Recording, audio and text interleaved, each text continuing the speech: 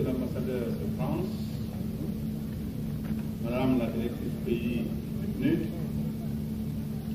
Mesdames et Messieurs les maires, le président de la délégation spéciale de Conakry de Kidia, Monsieur le préfet de Kidia,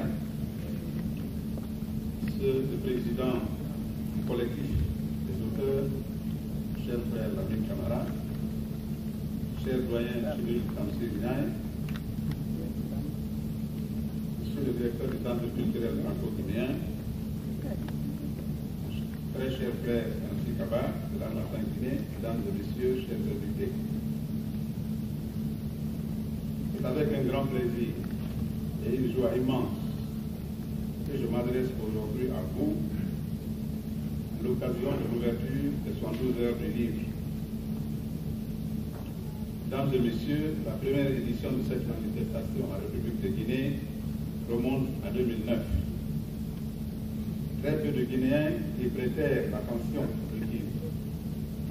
Depuis cette date, à travers des efforts soutenus, ils ont progressivement gravi de nombreuses marches, surmontées par des obstacles de tous ordres, dans un but précis: convaincre les Guinéens que le livre, support culturel et éducatif par excellence, a bel et bien sa place en Guinée. Aujourd'hui, en ouvrant la 6e édition de cette grande manifestation culturelle, je crois pouvoir affirmer qu'ils ont atteint l'essentiel de l'objectif qui se sont achetés.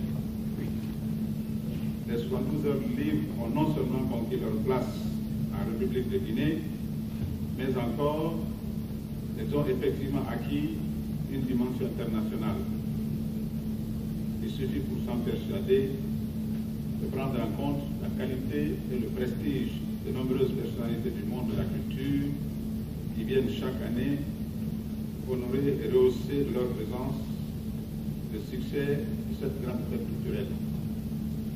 C'est pourquoi je voudrais, au nom du chef de l'État, du président de la République, le professeur Alpha Condé, remercier et féliciter les initiateurs de cet événement pour leur courage, leur engagement et leur combat pour l'émergence de la culture de livre dans notre pays.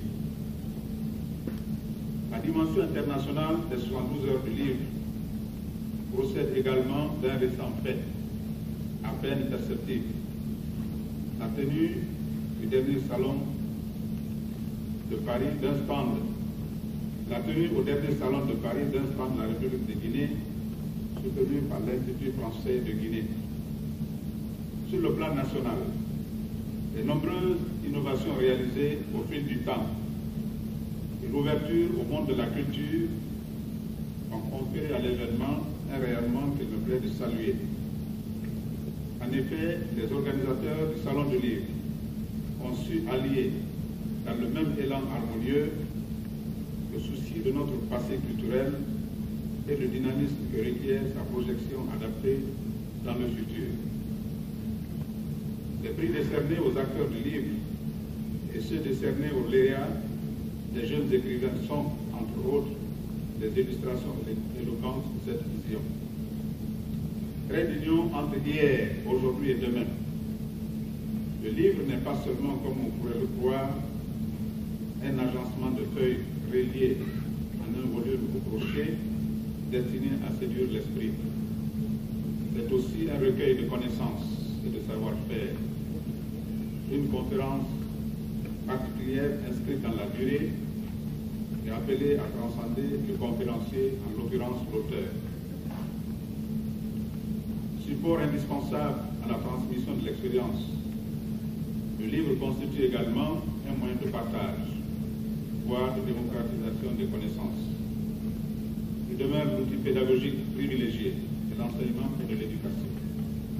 C'est le fidèle compagnon des professeurs, élèves et étudiants de tout pays soucieux de sa propre survie. Fidèle compagnon toujours disponible, le livre permet de découvrir, connaître et aimer un pays pour finalement le servir. On aime ce que l'on connaît, dit-on souvent dans le langue national. Mais le livre est un compagnon exigeant. Il n'aime pas être seul. Il Il aime avoir du monde autour de lui, comme c'est le cas ici. Il affectionne d'être visité, consulté, placé au centre des débats controversés selon les règles de l'art. C'est pour ainsi dire sa raison d'être. Animateur silencieux, une fois édité, le livre semble se mettre à la disposition et à l'écoute des lecteurs. Plus ceux-ci sont nombreux, mieux le livre s'emporte. C'est dire que la lecture, sève nourricière de l'esprit, constitue un élément déterminant de la promotion du livre, voire de la culture. Prôner un esprit sain dans un corps sain, c'est reconnaître de fait la nécessité d'un équilibre entre la nourriture matérielle, comme le riz, et la nourriture spirituelle, comme le livre. Je tiens à remercier sincèrement les organisateurs de